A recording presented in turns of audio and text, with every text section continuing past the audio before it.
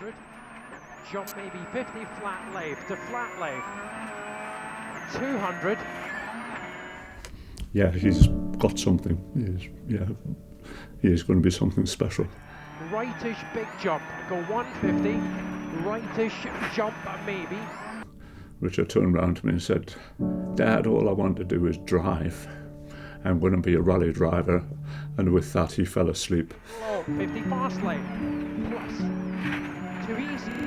70. And I said to him, "So when are you going to get a proper job?" And he said, I think I'm going to make this my proper job." Right, and flat right in, to right max, 150, crest 30, flat left. The moment when we crossed the line on the last stage to win the championship, Richard turned to me and he started screaming. He just went, "You're the best in the world." Right, 40, flat left and flat left, braking long, 70, medium right, plus, and medium right. The phone rang and I thought, "Oh, that'll be Richard, he'll be here." And it was Richard's trainer, and he said Richard's collapsed. My first reaction was, he's exhausted. There's all this pressure on him, and it's getting too much. So I just dropped everything I was doing and jumped in the car and went up to the hospital to see what was going on. So we had the checks the next day, had a scan, and then we were called into a consulting room. He said to his guys, "I've got something in my head that shouldn't be there, it's not good news." And that was that.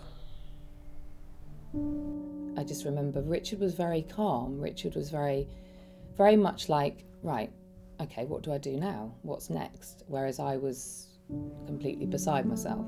Gliomas are quite a high-grade brain tumour. And within a week or two of the radiotherapy starting, Richard declined massively, and he went downhill quite quickly, I think because of the swelling in the brain from the radiotherapy.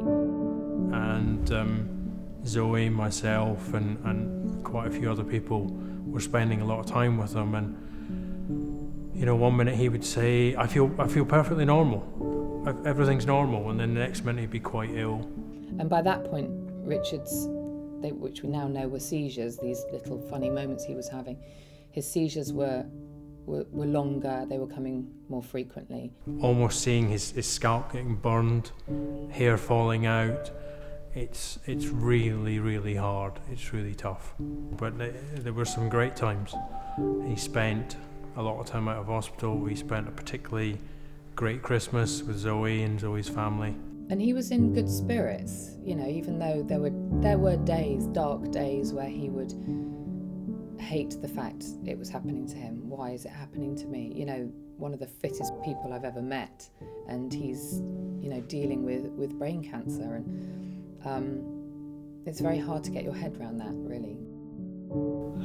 But he gradually got worse to the point where he couldn't walk, and that was really tragic. Yeah. Very. It was terrible to see him having to push him around in a wheelchair. The tumour was just taking its hold, really, and it was spreading quite rapidly, and it had moved into the other side of his brain as well, so it was affecting memory massively, and he still knew who we all were, but he was deteriorating quite badly, and so the last kind of 6 months, that's kind of all I remember, really, is him deteriorating in that way, which is horrible, watching the person you love and the person you know who can't really tell you what a picture of a car is. For me, the one thing that's absolutely clear is that had Richard survived his illness, he would be the one championing the cause of Richard Burns Foundation. And when he sadly died, it was kind of it's just something that had to be done. It was a wish of his to help and do what little he could, and that's why the charity was formed. Yeah, well, strangely enough, actually, I'd never, although my yeah, my heart and my eyeballs stayed on the start line for a good 30 seconds before they caught up with me. Strange enough, I was never actually frightened or scared in the car with him. Yeah, even though sometimes you'd be headed, but you'd think you're going to go straight into a rock face with a 90 left or something like that, and somehow or other you got round the corner.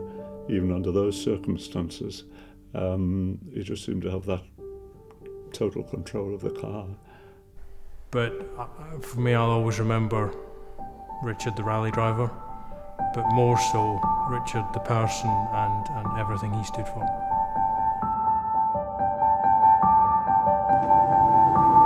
You're the best in the world!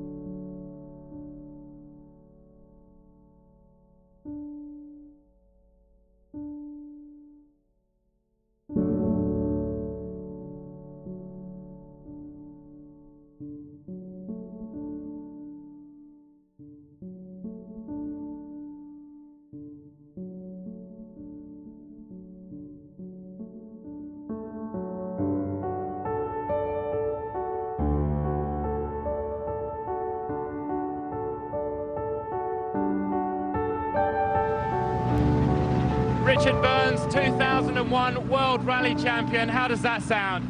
Sounds fantastic. Sounds fantastic.